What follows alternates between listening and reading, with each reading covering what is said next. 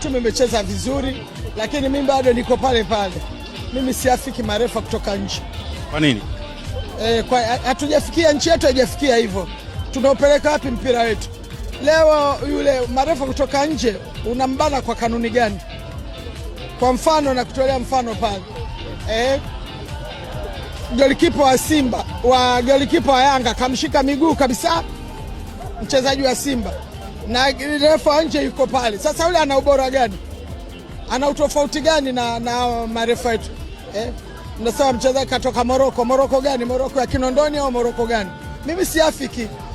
Kama marefa wetu wana matatizo, wapelekwe mafunzo na wapewe maelekezo. Sio kila mechi kuchezeshwa na wachezaji wa nje. Hapana. Sio hicho tu, marefa wa nje hapana. Hatujafikia huko nchi yetu.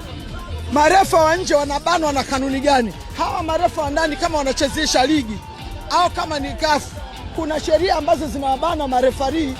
Sasa huyu refa unamleta wewe bodi ya ligi, anabanwa na wapi? Maana hata akifanya makosa kamati ya makosa yeye anachukua hela yake anaondoka. Hakuna kanuni tambana kama kumfungia refa au kufanya nini, hakuna. Kwa nini tuendelee na mambo ya kuleta marefa kutoka nje? Baada yake tuboreshe viwango vya boresha. Kama marefa wetu wana matatizo, waweke semina, waboreshe, wafanye nini. Tuendelee kuchezeshwa na marefari wetu wa ndani ili kanuni za mpira zimbane. Refa nje habani na kanuni yoyote hapa Tanzania. Gepu lilokuwepo la alama sasa. Waandishi wa habari mnatakiwa mlisemee hii, hatujafikia hivyo.